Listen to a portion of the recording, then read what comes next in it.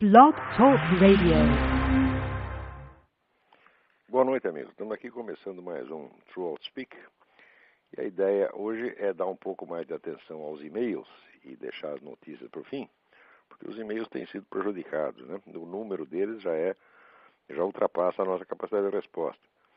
E se a gente deixa para o fim, acabamos respondendo aos 2 ou 3 e fica uma multidão esperando.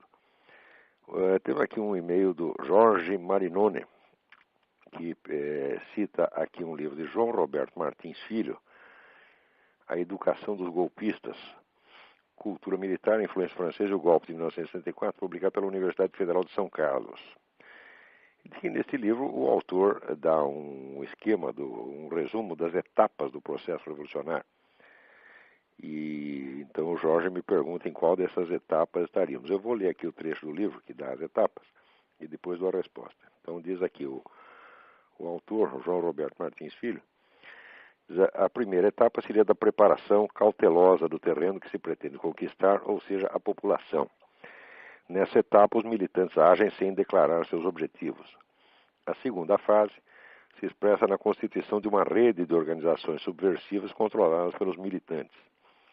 Nesse estágio, formam-se bases que subvertem a capacidade de ação governamental. Surgem as manifestações, tumultos e atos de sabotagem.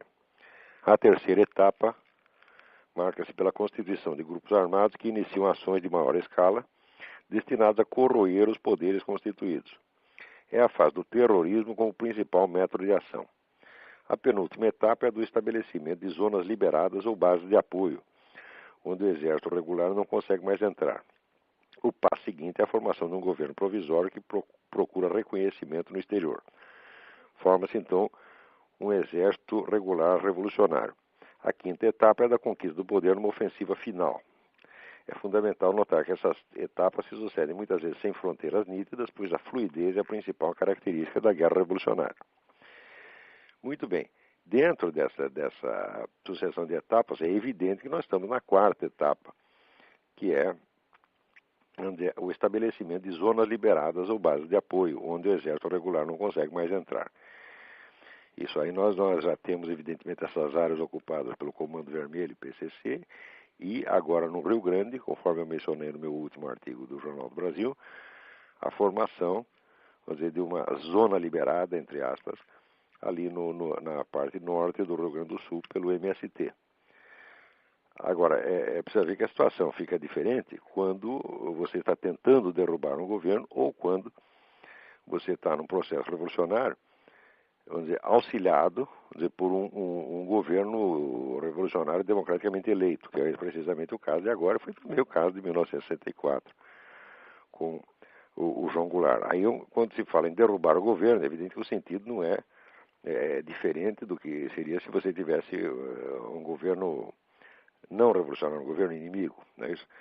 No caso, trata-se não de derrubar o governo federal, mas de derrubar a ordem constituída com a ajuda do governo federal, que é precisamente o que o João Goulart tentou fazer em 63, 64 e agora nós estamos vendo novamente. A coisa fica um pouco camuflada porque o processo em 1900, naquela época, nos anos 60 e hoje, é totalmente diferente. Quer dizer, nesse ínterim, a esquerda internacional aprendeu muita coisa. Entre outras coisas que ela aprendeu é que se você quer realmente chegar ao poder, você não pode começar por destruir a economia capitalista antes. Ao contrário, você tem que tomar o poder assentado na economia capitalista. Isso Lenin já sabia. Quando você vê, por exemplo, o Hugo Chávez, né, destruindo a economia capitalista, ele está fazendo uma grande burrada, está se precipitando. Quem está seguindo a receita certinha é o Brasil. Quer dizer, você mantém a economia capitalista intacta e você vai derrubando as instituições, a ordem pública, as leis, etc, etc. Mas deixa a economia. A economia é a última coisa que você mexe. De acordo com Karl Marx e Lenin, a destruição da economia capitalista é um processo lento que deve ser prosseguido ao longo de muitas gerações. Sobretudo através, vamos dizer, de 2 mecanismos indiretos. Um seria a taxação, quer dizer, você estrangular a burguesia com impostos, e a inflação, que corrói, então, vamos dizer, o poder econômico. Então nunca se trata de você tomar o poder, chegar no governo e dizer acabou o capitalismo, virou tudo propriedade do Estado. Isso aí no Brasil é curioso, como as pessoas não veem o governo fazendo isso, elas dizem não existe comunismo nenhum, porque elas imaginam o comunismo é isso, e imaginam porque são ignorantes, evidentemente nunca leram uma linha de Marx nem de Lenin, não tem a menor ideia do que se fala, então julga por estereótipo de almanaque. Então, como não veem essa derrubada imediata do capitalismo, não acreditam que se trata de comunismo. Mas o comunismo mesmo exige exatamente o contrário, exige a criação de um sistema de poder comunista, onde toda possibilidade de oposição é eliminada, ou eliminada à força, ou eliminada mediante ardis, como o PT vem fazendo há mais de 10 anos. E depois, enquanto isso, o processo capitalista continua funcionando, e depois é que você vai mexer na economia. A economia é a última coisa. Quer dizer, a economia capitalista, ela move o motor da revolução. Ela é a gasolina que move o motor da revolução. Se você estrangula o capitalismo, não tem mais revolução, não tem coisa nenhuma, tem só uma crise e fica todo mundo descontente, vira uma anarquia geral e os comunistas acabam tendo que voltar para casa. Que foi mais ou menos o que fez aí o João Goulart. Esse pessoal do PT está sendo muito esperto, não é que está sendo muito esperto, está simplesmente seguindo a receita comunista à risca. Eles deixam a economia capitalista intacta, com a vantagem, que é, aliás, explorada também pelo próprio Lenin, de tranquilizar o investidor estrangeiro, né, na época da famosa NEP, Nova Política Econômica do Lenin. Os embaixadores de Lenin na Europa tratavam de amansar os investidores, dizendo que o novo governo russo não era comunista de maneira nenhuma, que eles tinham usado apenas o pretexto comunista para tomar o poder, mas que na verdade eram pessoas sensatas que iam continuar administrando o capitalismo de maneira racional. O que de fato eles estavam fazendo. Porque o que define o regime comunista não é a mudança econômica em primeiro lugar. O que define o regime comunista é a centralização do poder por meios diretos ou indiretos. Quer dizer, a instalação de uma ditadura primeiro informal e depois formal. E só quando essa ditadura está com todo o poder na mão é que daí começa a se mexer na economia. Agora, como o brasileiro só pensa em dinheiro, ele imagina o comunismo, vamos dizer, só pela estatização dos meios de produção. Imaginando que isso vem em primeiro lugar, quando na verdade vem em último. Espero que isso tenha respondido aí. Agora, quanto às etapas, sem dúvida estamos na quarta, quer dizer, estamos num ponto avançadíssimo da estratégia revolucionária. Muito bem. Vamos ver um outro aqui. Sou ouvinte Moisés Brás. Sou ouvinte assíduo do seu programa Transpeak. Quero parabenizar pelo excelente trabalho de esculacho geral da desintelectualidade brasileira. Muito obrigado. Com relação à China, tenho sérias dúvidas quanto à oposição dos Estados Unidos ao regime. Tudo que é vendido aí no varejo é fabricado na China. O Brasil também está inundado de produtos chineses. É claro que as grandes empresas têm sérias vantagens de produzir lá, enquanto uma fábrica da Nike teria de pagar altos salários para funcionar nos Estados Unidos, na China eles produzem mais e à base de chibatadas ou salários de fome. Se a China fosse um regime aberto e democrático, obviamente teríamos sindicatos ou associações que jamais permitiriam esse tipo de trabalho escravo ou semi-remunerado. Como o regime é ditatorial, ou seja, trabalha ou morre de fome. Assim, o regime comunista é conveniente para as grandes empresas ocidentais, cujo gasto de mão de obra são quase inexistentes, e é conveniente para o alto escalão do regime, que aqui realmente lucra com a enxurrada de exportação. Você tem toda a razão, Moisés. É exatamente isso que está acontecendo. Porque, vamos dizer, essas empresas, às vezes, elas pensam somente nesse interesse imediato e não têm uma visão estratégica de longo prazo. Quer dizer, se for preciso destruir o país para ganhar um pouco de dinheiro agora, fazem isso. Agora, tem algumas que não é bem isso, não é só que elas estão lá por comercialismo. Não. Elas estão ligadas a um esquema de globalismo político, cuja ambição é criar um governo mundial, tá certo? E tem interesses estreitos com o próprio esquema governamental chinês. Quer dizer, estão mais próximos do governo chinês do que da nação americana. Tá certo? Então não se trata só de comercialismo, trata de uma estratégia de longo prazo, quer dizer, geralmente para derrubar os Estados Unidos. Tá certo? Então, Esse negócio todo começou durante os anos 90, começou sobretudo no governo Clinton, né? Essa enxurrada de investimentos para a China. E o pretexto que então foi espalhado entre os empresários é que você investir na China era, na verdade, fazer um benefício à democracia. Por quê? Porque a liberalização da economia traria necessariamente consigo a liberalização do regime político. É evidentemente uma balela. Mas tem muita gente que acredita nisso. No Brasil, olha, dificilmente eu encontrei algum adepto do liberalismo que não acreditasse nessa estupidez. Estupidez foi concebida pelos próprios comunistas para enganá-los, e os idiotas caem. E são justamente esses idiotas que caem os que se imaginam os mais espertos. Porque no Brasil, o sujeito ser esperto e maduro e equilibrado significa ele só pensar em dinheiro. O sujeito só pensa em dinheiro, então ele pensa que ele é um homem realista, né, que sabe das coisas e que qualquer outra consideração são apenas temores adolescentes. Na verdade, é exatamente o contrário. Quer dizer, o indivíduo que analisa tudo a partir da economia e do dinheiro é um idiota perfeito e acredita no poder mágico do dinheiro de transfigurar as instituições, e tudo que vem acontecendo na China prova que é exatamente o contrário. Quer dizer, quanto mais entra dinheiro com o favorecimento americano, entra dinheiro na China, mais poderosos estão lá os generais chineses e mais incontestado é o monopólio do poder pelo Partido Comunista, né?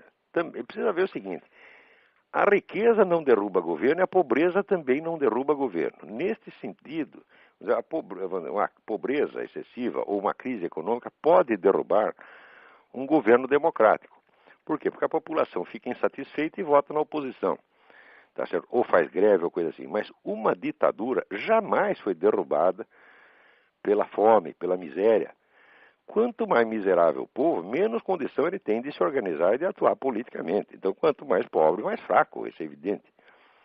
Se você observar os lugares onde houve revoluções, nunca foram os países que estavam se empobrecendo, mas ao contrário, que estavam enriquecendo. Na verdade, na França, no final do século XIX, segunda metade do século XVIII, era não só o país mais rico da Europa, mas era o que mais estava crescendo. No final do século XIX, mesma coisa na Rússia. Os últimos 50 anos que precederam a Revolução Russa, a Rússia cresceu economicamente, que é um negócio assombroso. Justamente é este crescimento, vamos dizer, que cria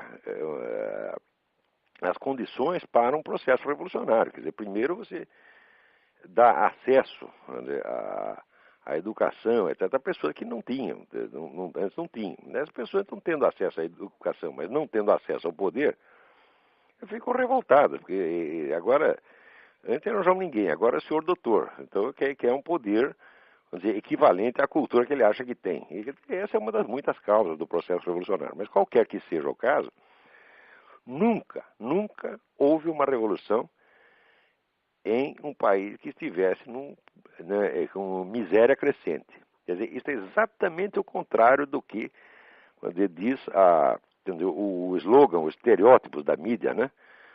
Se continuar essa miséria e tal, vai ficar uma situação explosiva. Eu digo, miséria jamais é explosiva. Se ele está miserável, o que ele faz? Ele mora de fome, ele definha, ele não dá palpite, ele é um coitado. Então, a miséria favorece as ditaduras. Você vê, o Mao Tse Tung, quando ele inventou aquele negócio do grande salto para a frente, que morreu de fome, eu acho que só nesse projeto morreu de fome 10 milhões de pessoas, numa tacada, nunca o poder dele teve tão alto.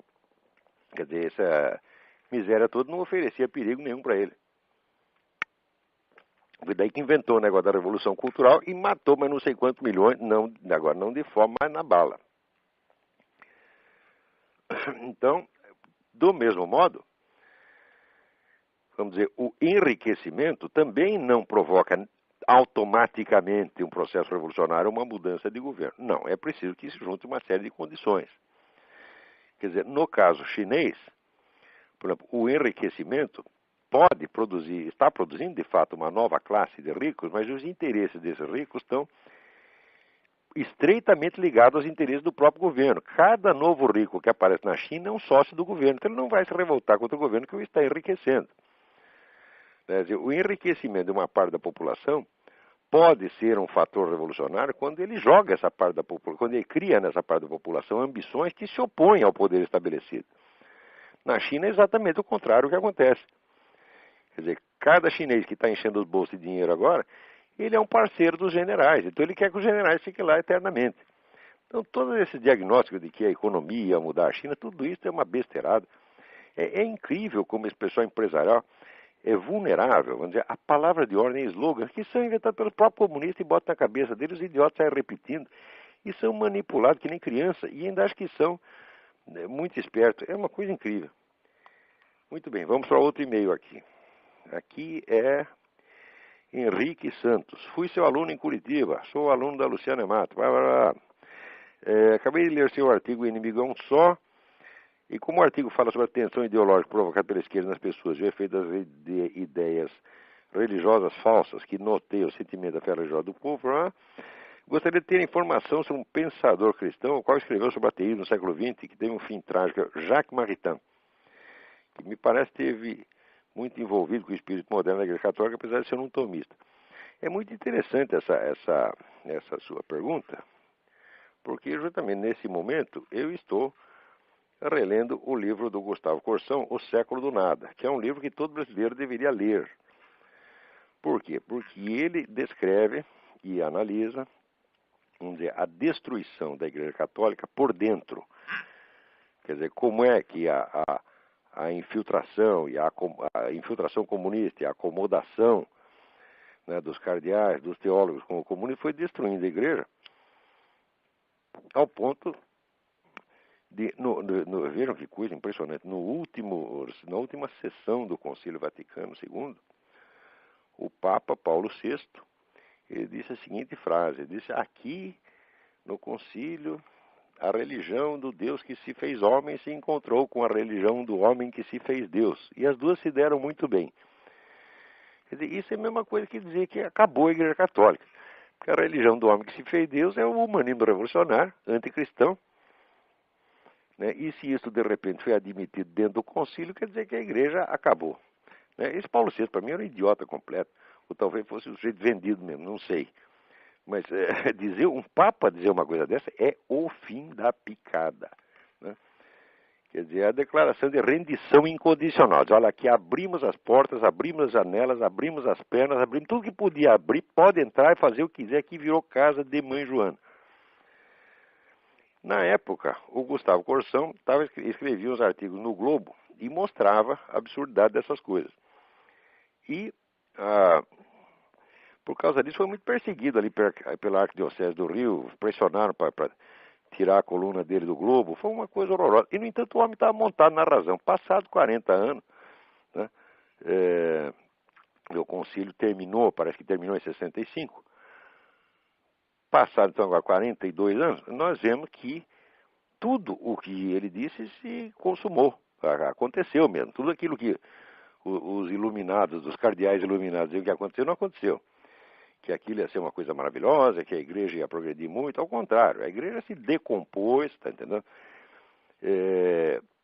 Os fiéis fugiram para tudo quanto é lado, uns viraram protestantes, outros viraram ateus, outros ficaram loucos, o número de pessoas, vamos dizer, que ficaram loucas. Perderam o prumo na vida por causa desse maldito Concílio Vaticano II. São milhões e milhões e milhões. Pessoas que se voltaram contra a Igreja Católica. Pessoas que caíram na mão do Satanás por causa disso. Foram empurradas para a mão do Satanás por esses malditos cardeais do Concílio Vaticano II. Muito bem. O guru de todos eles era o Jacques Maritain. Quer dizer, o Jacques Maritain era um sujeito que estava puxando o saco de comunista desde 1936. Você vê, eu vou mostrar só um paralelismo aqui. A coisa mais nojenta do Concílio Vaticano II foi o tal do Pacto de Metz, que foi assinado para obter a presença de alguns bispos ortodoxos biônicos, nomeado pelo governo soviético, bispo ortodoxo russo no concílio. A igreja assinou um acordo secreto que se comprometia a não tocar no assunto comunismo, não fazer críticas ao comunismo durante o concílio. Quer dizer, vendeu o concílio, né? Vendeu o concílio para o governo soviético. Este pacto de Metz depois foi denunciado pelo prefeito da cidade de Metz. Ele disse, olha, eu estava lá, eu vi chegar lá o cardeal Tisserand assinar com os soviéticos esse acordo. A Igreja, o Vaticano, disse que não tinha, desmentiu, que não tinha acordo nenhum. Mentirosos, vagabundos, canalhas, filhos da puta. Por quê? Porque logo depois o acordo foi publicado pela própria imprensa soviética. E hoje, você sabe, está inteiramente confirmado que isso houve mesmo. Ora, como já em 63 havia o decreto de João 23, revalidando um decreto de Pio XII, que excomungava automaticamente qualquer católico que colaborasse com o regime comunista, esses camaradas já estavam todos auto-excomungados e sabiam disso. Portanto, a coisa já foi toda uma farsa. Não é isso? Esta farsa não veio sozinha, ela veio de uma longa infiltração que tinha começado já na década de 30. Tá certo? E esse pessoal comunista foi entrando e comprando consciências e fazendo uma devastação total. Até que no fim, vamos dizer, o próprio Papa Paulo VI teve que ser cúmplice desta porcaria. E note bem, o Gustavo Corsão, toda a formação intelectual dele foi dirigida, de certo modo, pelo Jacques Maritain, pelos livros de filosofia do Jacques Maritain. Ele adquiriu a sua formação em filosofia escolástica por intermédio do Jacques Maritain, levado pelas mãos do Jacques Maritain. Quando ele depois foi rever 30 anos de posições políticas do Jacques Maritain, ele ficou horrorizado e viu que o mestre era de fato um vendido. Tá certo? No último livro do Jacques Maritain, que se chama Les Paysans de la Garonne, o camponês da Garona, em que foi alardeado pelo mundo todo como um livro de altíssima sabedoria, o Jacques Maritain analisa todos os problemas do mundo. Só a palavra comunismo não aparece, não existe comunismo. O concílio seguiu a mesma coisa. Você pode ler as atas do comunismo, você vê que o comunismo analisa todos os males do mundo. Só o comunismo, que havia matado 100 milhões de pessoas, não. Quer dizer, fica um detalhe de somenos na história. É claro que essa papelada toda não vale nada. Essa papelada toda, tudo isso é papel pintado. Isso é uma fraude do começo até o fim e tem que ser denunciado. Não é por você respeitar a figura do seu bispo, arcebispo, cardeal, tem que chamar de eminência, que você deve deixar de dizer a verdade. Ao contrário, tem que dizer a verdade. Não por ódio a essas pessoas, mas até por amor a elas. Dizer, olha aqui, menino, você se vendeu, você vai para o inferno, você como é que diz? Você fez acordo com Satanás e eu não vou usar meias palavras para falar de você, não seja você quem for, você está entendendo? Quer dizer, e nessa altura, xingar esses camaradas é uma atitude de caridade para com eles, para fazê-los sentir a gravidade do que eles estão fazendo. Agora, se você começa a falar de maneira muito educadinha e pó de arroz, tá certo? Eles se sentem protegidos, tá certo? E dentro vamos dizer, as regras de polidez são uma coisa feita para proteger o ser humano. Você não deve conceder essa proteção à pessoa que a está usando para ludibriar os outros e ludibriar a si mesma. Você está entendendo? Então, eu acho que você pegar um camarada desse, quer dizer, um prelado desse que colaborou para isso, chamar o cara de canalha, filho da puta, você está sendo muito bondoso para ele. Por quê? Porque se você falar manso, você está fortalecendo essa proteção verbal que ele criou em torno de si mesmo para poder se enganar mais facilmente. E você está colaborando com o pecado, com o crime que ele está fazendo, o crime espiritual que ele está fazendo contra ele mesmo e contra os outros. Então, não tem que dar moleza para essa gente. Ora, relendo o livro do Gustavo Corsão, que na época foi considerado um livro violentíssimo, tá certo? Uma tremenda falta de educação, que depois custou ao Corsão uma infinidade de sofrimentos, humilhações e perseguições e insultos. O que me espanta é exatamente a extrema educação, a polidez com que ele fala desses camaradas. Ele usa pelo menos 50 páginas pedindo desculpa porque vai falar mal do Jacques Maritain. Tá certo? Ora, nesse ponto ele estava até enganado, equivocado intelectualmente, porque ele considera o Jacques Maritain um grande filósofo. O Jacques Maritain não é um grande filósofo sob aspecto nenhum. Ele não tem uma obra filosófica que importe. Ali dentro do movimento escolástico, que foi um movimento inaugurado por Leão XIII, cuja orientação básica do Leão XIII era que a igreja deveria se ater mais ou menos sempre que possível aos ensinos, mais de perto possível aos ensinamentos de Santo Tomás de Aquino. Com esta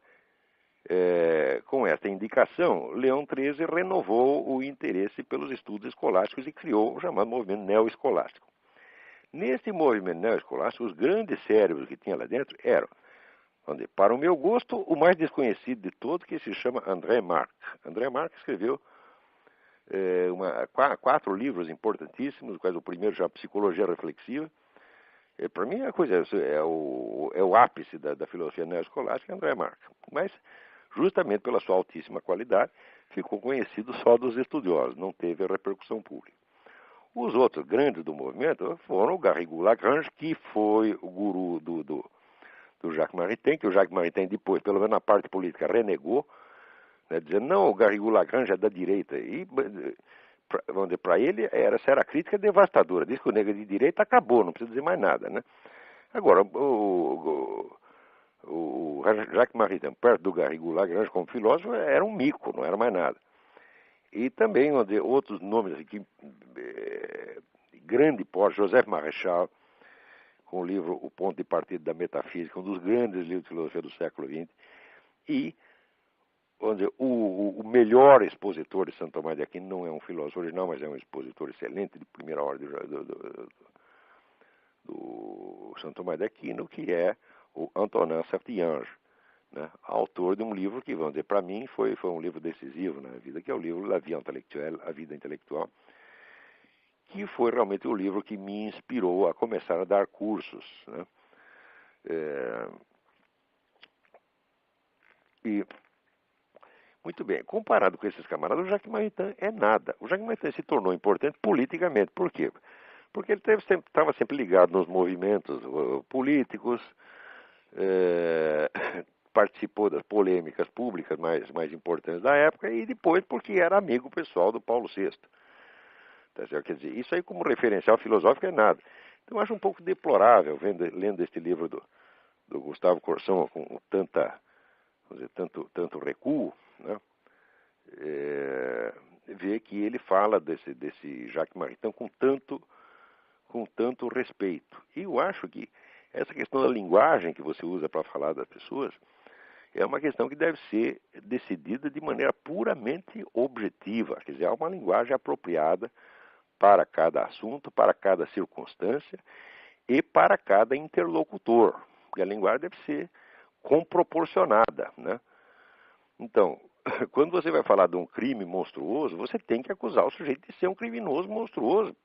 Quando você está falando de uma canalice, você tem que pegar uma canalice. Quando você está falando de um erro teológico ou erro filosófico cometido de boa intenção por um grande homem, você tem que falar respeitosamente. Agora, no Brasil, a regra é trocar sistematicamente tudo isso. Quer dizer, você tem que falar com respeito de qualquer vagabundo que apareça dizendo uma mentira sórdida, entendeu? Sobre sobre o assunto que ele desconhece completamente. Você tem que tratar o negro com a maior educação como se ele fosse o senhor doutor. Dizer, olha, eu posso discutir, eu acho que nem Jacques Maritain merece um tratamento polido, tá certo? Porque Jacques Maritain era mentiroso consciente. Jacques Maritain era canalha, mentiroso, vendido. Era isso que o sujeito era. Tá certo? E filosoficamente era um homem medíocre. Tá certo? Comparado, não medíocre em si mesmo. Quer dizer, comparado com a intelectualidade brasileira, devia ser um gênio, mas comparado com os outros colegas da mesma escola, comparado com Joseph Marechal, com o seu mestre Garrigou Lagrange, era um nada. Tá certo? Agora, no Brasil, ele teve um impacto muito grande. Esse pessoal do Centro Dom Vital, todo mundo lia Jacques Maritain e badalava o sujeito. Foi um engano, deram a importância que não tem. No Brasil, vive chegando guru estrangeiro que todo mundo entroniza e cultua como se fosse um gigante, né? Mas o brasileiro não tem senso das proporções, não tem nem conhecimento para isso. Então, para um sujeito que vinha, como o Gustavo Corsão, vinha de uma escola de engenharia, não tinha formação filosófica, né? Ele encontra um Jacques Maritain, ele pensa que ele encontrou Leibniz ou Aristóteles, entendeu? E depois, 50 anos depois, quando descobre que o nego é um vendido, que traiu a própria igreja, o Gustavo Corsão não ficou indignado, ele ficou passado. O livro é um dos livros mais tristes que eu li, porque você parece que sente as lágrimas em cada página. Que sofrimento horrível, né, do fiel, sincero que vê o seu mestre, né, querido, traindo, né, a igreja a qual a própria leitura dos livros do Jacques Maritain o havia levado lá. Visto com a distância do tempo, o Gustavo Corsão tinha infinitamente mais razão do que ele mesmo imaginava. Quem falou mal dele na época foi um bando de canalhas que não merece nem mesmo ser mencionado. Eu me lembro que tinha um camarada da Globo, um diretor da Globo, que uma vez disse, não, nós queríamos suspender a coluna do Gustavo Corsão, não por causa do conteúdo, mas porque ele estava muito chato. Eu digo, escuta, peraí, você não pode querer que o homem que está escrevendo sobre a maior tragédia da história do Ocidente, que foi a autodestruição da igreja, e que é a igreja dele mesmo, da qual ele é o fiel, escreva isso de maneira divertida. Quer dizer, essa coisa brasileira da inversão de valores. Isso quer dizer que a obrigação da polidez e de ser interessante, de ser divertido, de ser digestivo, quer dizer, está acima do dever de fidelidade à própria natureza do assunto. Quer dizer, isto é de uma futilidade, de uma leviandade a toda a prova. Quer dizer, como é que você vai exigir que o homem seja interessante, seja divertido escrevendo uma coisa dessa? Ah, meu Deus do céu. Né? Só mesmo. Olha, eu vou até dizer quem era esse sujeito. Bom, não vou dizer não, deixa pra lá. Era um diretor da Globo. Mas, pô, asseguro, era um filho da puta. Né? Porque não há mais como tratar essas pessoas. Tem gente aqui que fica chocado porque eu xingo esses caras. Olha, tem certas pessoas onde é que xingá-las é até uma coisa de caridade. Porque às vezes o nego vem com uma ideia, até apareceu um camarada aí dizendo assim, o Mário Ferreira dos Santos não era filósofo, era apenas um estudioso da filosofia alheia. O sujeito diz isso e quer uma resposta. A resposta é essa, vai tomar no cu. Que outra resposta eu posso dar? Quer dizer, eu estou falando com uma pessoa que não é que ele não seja capaz de entender a filosofia do Mário. Não é capaz de ler um livro do Mário. Tá certo? E dá um palpite desse. Daí aparece outro, mais idiota ainda, lembrando uma declaração do professor Miguel Reale, mais ou menos no mesmo sentido. O Mário era um estudioso de filosofia, mas sem uma obra original. Bom, acontece o seguinte, essa opinião do Dr. Miguel, que eu conheço bem, eu era amigo do Dr. Miguel, porra. Essa opinião remonta, tá certo, ao começo ali da década de 50, quando o Mário havia publicado o livro dele que ficou mais famoso na época, que era O Homem que Nasceu Póstumo, que era um livro sobre Nietzsche. Então ele fez uma certa fama de estudioso de Nietzsche e publicou mais 2 ou 3 livros de polêmica filosófica, mais literários do que filosóficos, na verdade, e pronto, acabou. Bom, acontece que depois o Mário um dia estava dando uma conferência e de repente ele parou a conferência e disse, turma, acabou a aula, você me desculpa, eu tive uma ideia, tenho que ir para casa escrever. E ele foi e escreveu, ficou 16 anos escrevendo, escreveu os 56 volumes do que ele chamou Enciclopédia das Ciências Filosóficas. O Dr. Miguel Reale não leu uma linha dessa Enciclopédia das Ciências Filosóficas. Ele conhece o Mário da fase anterior. Pouquíssima gente leu a Enciclopédia das Ciências Filosóficas. E, mais ainda, vamos dizer, quando leu, não chegou a ler as obras, que era o Coroamento, que era a série final de 10 volumes, que começa dizer, com a sabedoria dos princípios, depois a sabedoria da unidade, a sabedoria do ser do nada, a sabedoria das leis eternas, que é dizer, a obra magna do homem e um dos cumes do pensamento universal. Ninguém leu isso, quer dizer, o Dr. Miguel Reale tinha o direito de estar enganado a respeito do cara, porque ele o conheceu numa fase anterior, mas hoje em dia, depois de tudo que eu informei sobre a Enciclopédia das Ciências Filosóficas, sobretudo a parte inédita, depois de tudo que eu contei, ainda apareceu um nego dizendo uma coisa dessa, só pode ser mesmo um total incapaz. Um sujeito disse, eu não vou discutir, porque se eu for discutir, eu vou ter que humilhar o nego demais, tá entendeu? Eu tenho que pisar no cara, transformar em bosta, tá entendendo? Então, para não fazer isso com o cara, eu já mando a merda logo, tá entendendo? Eu digo, olha, vai pra casa, moleque, vai chupar prego, não me enche o saco, tá entendendo? Quer dizer, eu posso discutir com gente grande, com gente que tenha alguma retaguarda para discutir, ou pelo menos, se não tem capacidade intelectual, que tenha uma posição pública, que pelo menos seja rico e famoso, poderoso. Agora, um merda, fracassado, coitado, tá entendendo? Então, um subnitrato pó de bosta vem abrir a boca. Eu não sei nem como consegue falar uma coisa dessa, porra. Eu não posso responder porque seria humilhante demais pro cara. Então, olha, vou te dar um conselho, assim, conselho de pai, vai a merda. Né? Muito bem, vamos a outro e-mail aqui.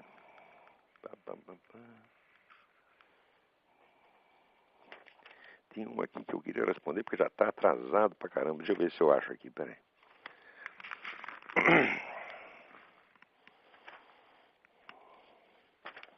Um momentinho, vocês têm um pouco de paciência, porque eu tenho que achar de qualquer jeito.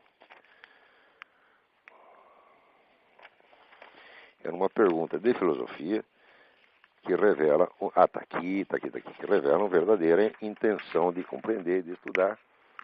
Aqui, o sujeito é Leonardo. O e-mail dele é Sigmaléu. Então, muito bem. Lendo a obra Verdade e Conhecimento de Tomás de Aquino, tradução, introdução e nota de Luiz Jean Lauan, de Mário Proviero, deparando com um texto que ele tem uma dificuldade de entender. O texto é o seguinte: o sentido só conhece por meio dos órgãos corpóreos e não é por impossível que o órgão corpóreo seja mediador da potência sensitiva com ele mesmo. Mas as potências não sensíveis... Bom, minha dúvida está em saber o que quer dizer que as potências não sensíveis de modo algum retornam sobre si mesmas. Muito bem. É claro que entendi que somente as substâncias intelectuais retornam à própria essência como um retorno completo, principalmente as que conceberam a reflexão. Bom, o que Santo Tomás de Aquino está dizendo, em última análise,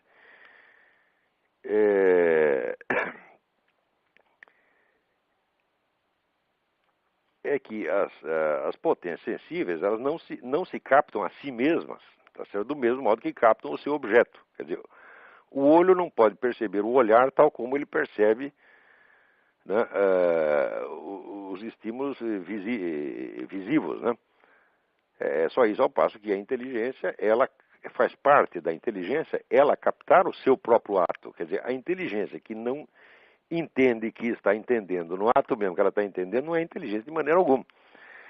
A inteligência não pode funcionar inconscientemente, está entendendo? Ela, vamos dizer, a consciência não pode funcionar inconscientemente.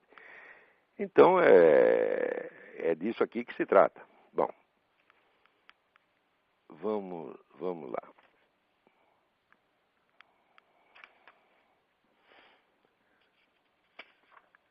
Tem muitas... tem aqui um camarada que me dá uma informação importante. E me lembra que no meu artigo O Inimigo é um Só, eu errei ao atribuir o filme A Religiosa ao Jean-Luc Godard. Na verdade, o filme é do Jacques Rivette, produzido em 1966. É exatamente, Paulo Mello. Muito obrigado, Paulo Mello. É isso mesmo. Quer dizer, o Jean-Luc Godard já tem um currículo de besteira suficiente, eu não precisava ter acrescentado mais esse, né? Ele não tem culpa nenhuma do filme A Religiosa. Eu lembro que o filme, na época, foi assim colocado nas nuvens pela crítica. E o filme é baseado na história do Diderot, que era a história que o Diderot inventou a respeito da freira que estaria presa num convento querendo sair, né, porque ela não tinha vocação religiosa, queria ir embora, os caras não deixavam. Ele inventou essa história e disse que era uma história verdadeira e que ele tinha toda a documentação a respeito. Mais tarde se mostrou que era fraude total. Pior que a prova da fraude veio logo antes desse filme. Quer dizer, o cara que fez o filme, ele sabia que era fraude. Se não sabia, tinha a obrigação de saber. Muito bem. Vamos ver o que temos mais aqui. Ale Costa. Como você analisa o papel do CFR, Council on Foreign Relations? Olha, por um lado, está claro que o CFR é o grande criador dos projetos globalistas aqui, como, por exemplo, é o que eles chamam a comunidade norte-americana, que deveria, idealmente, dissolver as fronteiras entre México, Canadá e Estados Unidos. Quer dizer, já matar esses três países, né? E fazer uma pasta, né, culturalmente indefinida, que então seria, como as outras várias integrações regionais pretendidas, uma etapa para a formação do governo mundial. E eu acho, o pessoal do CFR, tá certo? E eu acho que assim, dinheiro é sempre bom você ter, mas acontece que às vezes muito dinheiro idiotiza, você está entendendo? Porque o senhor tem tanto dinheiro que começa a achar que é o salvador do mundo, que é o gostosão que pode reformar o mundo à sua imagem e semelhança. Eu acho que esses milionários que subsidiam o CFR, eles deviam continuar tratando de ganhar dinheiro, tá entendendo? Continuar tratando de ganhar dinheiro e não se meter em assuntos que estão infinitamente acima da capacidade dele. Porque esses projetos globalistas nos quais estão envolvidos, na verdade, já há quase um século, isto aí só está fazendo mal para o mundo, porra. E mal, às vezes, até para eles mesmos. Né? Então, eu acho, ó, revolucionário, se você diz revolucionário, já é uma imbecilidade. Agora, revolucionário milionário, pelo amor, sai de baixo, tá entendendo? Quer dizer, o CFR é essa pleiade de gênios que produz coisas como, por exemplo, o CFR fez uma comissão para estudar as relações entre os Estados Unidos e o Brasil, fornecer sugestões ao governo de Washington sobre as relações com o Brasil. Nomeou chefe desta coisa o Kenneth Maxwell, historiador. E a primeira coisa que o Kenneth Maxwell fez foi fazer um discurso dizendo que não existe o Foro de São Paulo. Quer dizer, quem precisa de um conselho de merda como esse? Era melhor ter ficado quieto. Né? Mas o nego, quando tem dinheiro no bolso, ele acha que é sábio também. Quer dizer, ele vê a conta bancária dele, ele imagina que é QI. Né? E acha que pode resolver todos os problemas. Eu vejo essa gente toda com um desprezo infinito, mas nem sempre a gente pode desprezá-los, porque os efeitos das ações deles às vezes são tão gigantescos e tão desastrados que é um caso da gente chorar e não de desprezá-los. Né? Agora, o que não quer dizer que todo o material publicado pelo CFR seja besteira. Ao contrário, a revista Foreign Relations, que é a revista deles, sai muita coisa interessante também. Por quê? Porque eles pagam uma multidão de estudiosos, tá certo? Para fornecer subsídios para eles. E no meio ali tem uma coisa... tem sempre alguma coisa que preste. Muito bem, vamos outro aqui. Natasha Schmidt, sou presidente do centro... Não, Natasha Schmidt, exatamente. Sou presidente do Centro Acadêmico Hugo Simas, entidade representativa dos estudantes da Faculdade de Direito da Universidade Federal do Paraná. E pergunto se há alguma possibilidade do senhor vir ao Brasil para proferir a palestra no Salão Nobre da nossa faculdade, que fica em Curitiba, Paraná. Ora, eu adoraria ir fazer isso aí, mas eu não posso, porque, não sei se você sabe, mas o visto de imprensa, o visto de jornalista, quando você entra aqui com visto de jornalista, se você viajar, sair, você tem que fazer a papelada toda de novo, a burocracia toda de novo. Né? E eu não posso fazer isso, não posso ficar 3 ou 4 meses sem trabalhar, tá, né?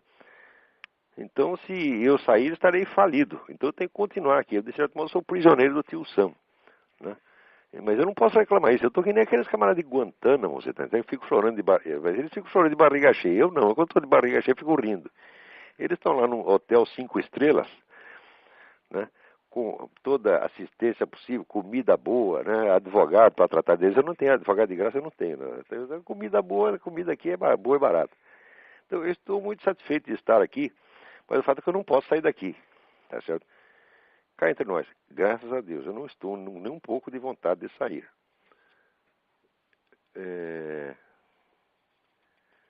Vamos ver aqui.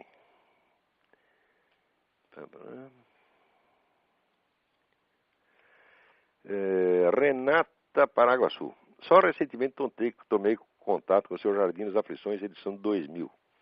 Na página 119, parágrafo 2, comentando a primazia do desenvolvimento técnico versus contemplação na origem das ciências, o senhor coloca, aspas, em quase todas as civilizações, uma das ciências que primeiro se desenvolve e alcança rapidamente a perfeição é justamente a astronomia, cujos objetos estão a distância demasiado grande para poderem ser transformados. Muito bem. Nesse trecho eu estava contestando uma ideia idiota colocada por um filósofo chamado Jacob Bazarian, um filósofo armênio brasileiro, que aliás é um sujeito muito culto, mas o Bazarian, por causa da influência marxista, ele endossa essa besteira de que as ciências nascem, vamos dizer, da praxis econômica. Quer dizer, o sujeito pela necessidade de transformar a natureza, Então, ele primeiro cria a economia, depois a técnica, depois a ciência. É exatamente o contrário que é verdadeiro. Quer dizer, os conhecimentos intelectualmente mais relevantes, às vezes mais elevados, eles antecedem, né, a técnica, às vezes, de milênios. E, às vezes, tem uma finalidade meramente contemplativa, de ordem espiritual. E a prova disso era que uma das primeiras ciências que aparece, né, em todas as civilizações é a astronomia, né, cujos objetos não podem ser transformados, não fazem parte do processo econômico, mas são sempre, vamos dizer, objetos de contemplação e de especulação simbólica. Né? Daí pergunta a Renata, o que se fazia então era astronomia ou astrologia? Isso, primeira pergunta. Segunda pergunta, é correto falar em perfeição ao referir-se à observação dos astros feitas antes de Galileu, Kepler e Newton? Essas perguntas são muito interessantes. Primeira pergunta, o que se fazia então astronomia ou astrologia? Bom, a astrologia pressupõe a astronomia. Quer dizer, a astrologia não é nada mais do que uma especulação simbólica em torno do significado de certos dados astronômicos que já têm de estar perfeitamente calculados e descritos antes disso. E se você não é capaz de calcular as posições dos planetas no céu, muito menos você pode interpretá-la. Né? Como é que eu posso dizer para o negro, você tem aí Saturno na casa 10, quadrado com Vênus no raio Coparta? Se eu não sei onde está Saturno e Vênus, quer dizer, se eu não tenho meios de calcular, então não tenho meios de interpretar. Então, por isso que até durante a Idade Média, essas duas coisas, astronomia e astrologia, as duas se chamavam astrologia, uma se chamava astrologia esférica, por seu cálculo, o cálculo descritivo da esfera celeste, e a outra chamada astrologia judiciária, porque é pronunciar um julgamento do destino do sujeito certo ou errado, o julgamento, mas com base naquela posição. Então, o que se fazia era, primeiro, astronomia. Claro, sem astronomia não existe astrologia. E a segunda, é correto falar em perfeição ao referir-se a essa observação dos astros feitas de Galileu, Kepler e Newton? Perfeitamente.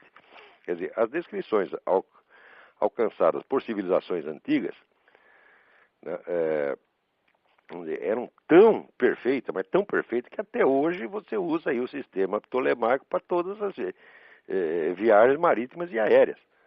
Tá certo? Não tem outra. Né? Quer dizer, o que se fez depois de Galileu foi simplesmente sugerir uma mudança do ponto de vista desde o qual se fazia a descrição, adotando então, vamos dizer, o Sol como referência, não a Terra, o que, se você quer saber, não faz, na verdade, a mais mínima diferença, porque qualquer ponto do universo pode ser tomado como centro descritivo. Tá certo? Veja, uma coisa é você dizer que o Sol é o sistema do sistema solar, que de fato ele é o centro do sistema solar. Mas Galileu acreditava que fosse o centro do universo, certo? O que é um erro monumental. Né? E até hoje o pessoal critica a turma da Inquisição porque achou que Galileu estava errado, mas ele estava errado mesmo. Quando você lê o relatório escrito pelo sujeito que examinou o livro do Galileu, que foi São Roberto Bellarmino, São Roberto Bellarmino é um cientista quase tão bom quanto Galileu. E nesse ponto ele está montado na razão. Diz, olha, esse cidadão aqui vem nos propor que o Sol está no centro do universo. Não dá para fazer, não dá para saber uma coisa dessa. Então, uma coisa é você sugerir uma nova descrição tomando o Sol como centro. Outra coisa é dizer que ele é o centro do universo. Quer dizer, hoje sabemos que esta afirmação de Galileu que o Sol é o centro do universo é um absurdo total. Nem a Terra é o centro do universo, nem o Sol, tá certo? Agora, a Terra tem esse privilégio de que nós estamos nela. Então, ela é o natural centro de observação para o ser humano. Vamos dizer, todo e qualquer outro centro que você tome como referência é um negócio meramente hipotético. Mas o fato é que nós estamos aqui. E o universo, tal como nós o conhecemos, ele para nós funciona desde esse centro. Então, vamos dizer, a descrição que tomava a descrição geocêntrica, ela não só estava certa matematicamente ao ponto de poder ser usada até hoje, né, em toda para o cálculo de viagens marítimas e aéreas, mas ela é, vamos dizer, existencialmente adequada, tá certo? Ela só, vamos dizer, ela estava, o erro dela era, se você pensar bem, um erro mínimo. O erro estava apenas na relação da Terra com o Sol. Mas no conjunto funcionava. E Galileu, então, vamos dizer, ele corrigiu um erro pequeno à custa de cometer erros enormes, né? Vamos ver se tem mais alguma coisa aqui. Tá. Bom, então, tem alguém aí esperando para falar. Vamos ver aí. Alô? Alô, Quem está na linha? Alfredo, tudo bom, Lavon? Tudo bem, Alfredo? Tudo bom. Eu estou aqui em Connecticut, perto de Opa! você, aqui nos Estados Unidos. Eu quero primeiramente te agradecer por tudo que você tem feito por aqueles que buscam estudar e compreender alguma coisa, né? Pois é, rapaz, eu tenho que ajudar. Quando eu era moleque, eu era muito burro, tá entendendo? E daí eu me esforcei muito para ver se adquiria alguma inteligência. Então hoje eu me sinto obrigado a ajudar quem quer estudar, né? Olha, o que você tem feito tem sido algo, assim, maravilhoso mesmo, fora do comum. Obrigadão. E a gente agradece muito. Eu tenho uma pergunta a fazer aqui, é que eu dou aula de teologia. Aham. E eu tenho encontrado um grande problema, uma grande dificuldade de colocar na cabeça dos alunos o seguinte: na questão de interpretação de qualquer texto, eles não interpretam o texto da seguinte maneira, do que o autor quer dizer com o texto, mas aquilo que eles acham que o autor quer dizer. É um problema de hermenêutica, né? E eu tenho ouvido no seu programa, isso tem acontecido no meio da filosofia também, né? Pega um Frege, eu ouvi, foi no Yuri, Aham. o Frege, e o cara levou pro lado da metafísica e tudo. O que você fazer nessa situação? Pô, isso aí é o vício brasileiro. As pessoas não sabem ler, pô. Rapaz, eu não sei o que fazer. Simplesmente não sabem ler. Mas olha, eu vou dizer para você, não é só esse problema. O problema intelectual brasileiro é assim, é um negócio desesperador. Eu asseguro para você que o brasileiro é o povo mais burro da face da terra. Eu digo porque eu morei 58 anos nesse país, tentando ensinar brasileiro. E depois você vê o que acontece em outros países. Veja, eu viajei muito e morei na Romênia, agora estou morando aqui. Quer dizer, eu conheço outros povos, né? Uhum. E eu vejo que essa coisa não acontece. Eu digo, em primeiro lugar, nos outros povos, eles querem saber, eles querem ter o conhecimento. O brasileiro não quer. Ele tem horror do conhecimento. Ele gosta de dar palpite, mas ele não quer adquirir conhecimento. Ele, primeiro, ele acredita que o conhecimento existe. Ele acha que é tudo uma questão de opiniões. Quer dizer, o Brasil não chegou ainda ao estágio de civilização no qual você possa falar que existe conhecimento. Quer dizer, é apenas um monte de selvagens perdidos na floresta, dando urros, tá certo? E expressando as suas sensações, dizendo, ai me dói, ai que gostoso. O brasileiro só faz isso, tá certo? Ele está no nível de comunicação de um cachorro. E a leitura que as pessoas fazem são exatamente isso. É uma calamidade, calamidade. Se você me pergunta o que você pode fazer, eu digo, olha, se eu soubesse eu diria. Mas eu fico desesperado com essa coisa, porque é uma quantidade de burrice que as pessoas não imaginam. Né? E o pior é que julgam os outros povos, né, de cima, falam assim, não, o americano é burro, burro. Ai, meu Deus do céu, é uma coisa desesperadora. Porque são pessoas que, não, primeiro, não leem livros. Não leio. Olha, uma vez eu disse, num curso de pós-graduação, veja você, todo mundo ali já é senhor doutor, tá vendo? Eu disse, olha, um estudioso de qualquer área, ele tem que ler pelo menos 85 livros por ano, só para ele se manter atualizado com a área dele. Uhum. As pessoas ficaram horrorizadas. 85? Ai, que crueldade! Eles ficaram assim aterrorizados de ter que ler 85 livros. Né? E, no entanto, eles querem ter os privilégios de pessoas de estudo, os privilégios de intelectuais, de eruditos, e até querem que o governo pague para eles. Quer dizer, os vagabundos não querem estudar, não gostam de estudar, não querem conhecimento, querem só dar palpite, e só pensam em dinheiro. O brasileiro é um povo dinheirista. É verdade. O brasileiro só estuda em função do diploma que ele acha que vai dar um empreguinho para ele, tá entendendo? E se der para ter o diploma sem estudo, é o ideal brasileiro. Quer dizer, é horrível isso. E está ficando cada vez pior. Vamos dizer, até na década de 50, 40, 50, nós, sobretudo com a chegada de imigrantes, chegou um monte de imigrante, alemão, judeu, russo, japonês, tá? Começaram a civilizar o país, tá entendendo? Né? Então a gente via, por exemplo, aquela molecada, eu fui criado no bairro japonês em São Paulo, a gente via na japonesada como se esforçava, rapaz, era uma coisa, assim, é bonito de ver, tá, né? Todo mundo falava mal deles porque eles estudavam. Dizem que são burros, né? Que são... Não tinha a expressão cu de ferro. É assim mesmo. Quer dizer, uma expressão pejorativa, quer dizer, para o ignorante falar do sujeito estudioso, mas é só no Brasil que isso acontece. Aqui o pessoal faz gozação do cara que não estuda. Agora no Brasil é de quem estuda. Esse país é errado mesmo. Isso aí tem que ser presidido pelo Lula, tem que ir pro Foro de São Paulo, tem que chamar o Hugo Chávez para mandar essa porra, né? Porque merece, entendeu? É um povo presunçoso, burro, metido, tá entendendo? E que quando aparecem grandes homens, pessoas que se esforçam, querem fazer uma coisa séria, como o Mário Ferreira dos Santos, como o Vila Lobos, etc., o pessoal cospe em cima, meu Deus do céu. Então merece. O Mário Ferreira, ninguém fala dele no Brasil?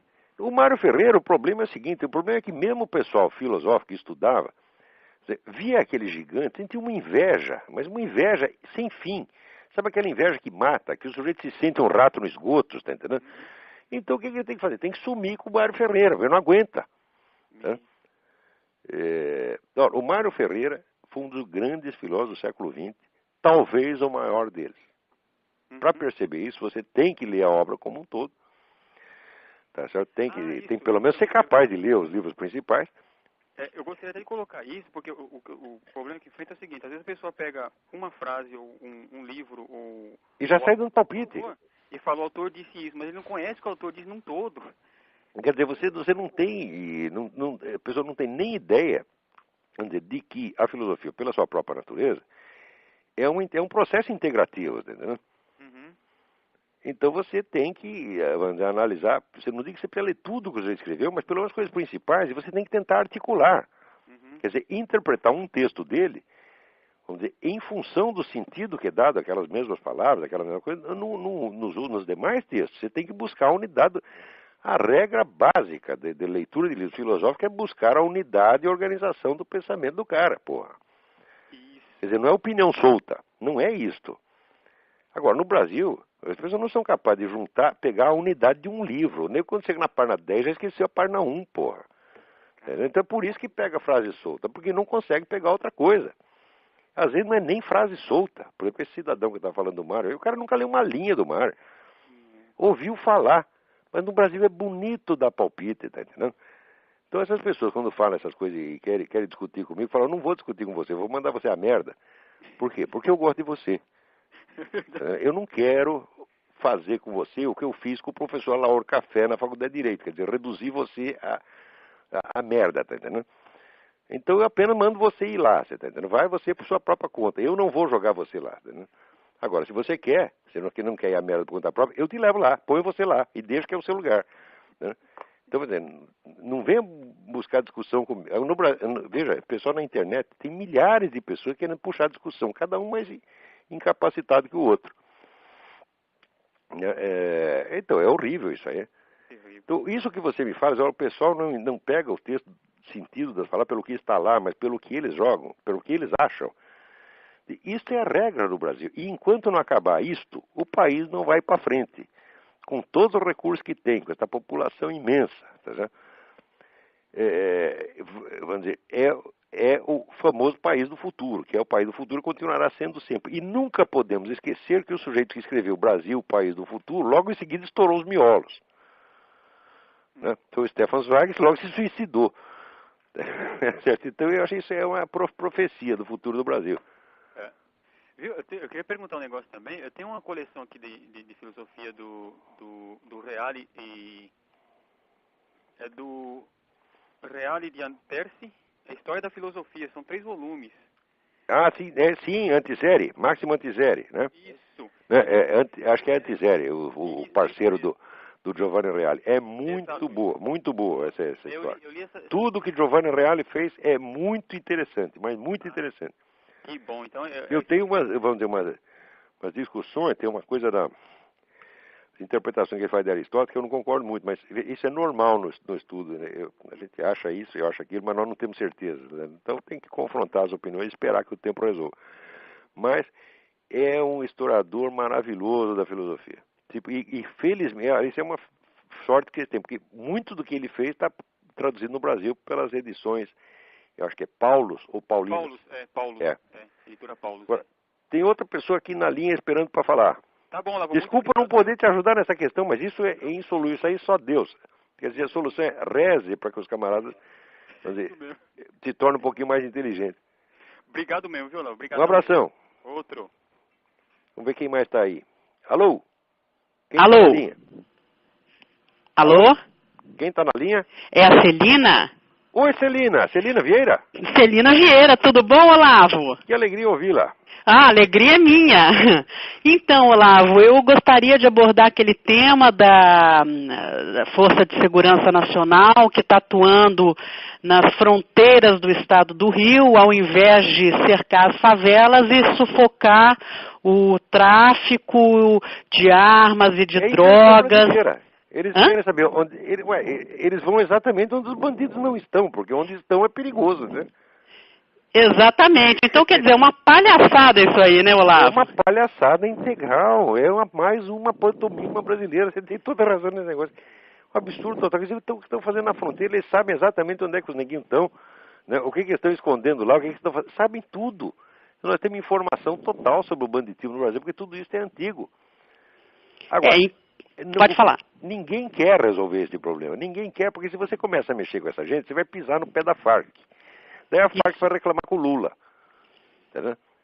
Então é melhor não fazer nada. Porque quem é que vai querer desafiar a Farc? A Farc tem uma força militar superior a todas as forças armadas dos países vizinhos. Ainda tem dinheiro que não acaba mais. Manda, faz e acontece. Você vai mexer com essa gente, né? Então é melhor deixar tudo como está. É melhor que continue morrendo 50 mil brasileiros por ano, né? Mas o Lula não vai correr risco. É, né? Inclusive eu até fundei uma comunidade no Orkut, até convido a todos os ouvintes, se quiserem entrar, que é Amamos a Vovó Pistoleira, né? Que foi num momento de revolta com o que aconteceu no Rio de Janeiro na época do Natal, que puseram fogo nos ônibus e queimaram pessoas inocentes, etc e tal. E eu me lembrei daquela senhora aposentada que deu um tiro no assaltante no Rio de Janeiro. Não sei se você tomou conhecimento disso. Tem que fazer, porque se você vai esperar a polícia te defender... tem que chamar a vovó. Liquidado. Você está liquidado. Uma vez entrou quatro malandros na minha casa lá, armado. Se eu não tivesse um revólver ali que eu tinha ganho de presente, e que eu já nem tenho mais, já joguei fora porque enferrujou, estava morto.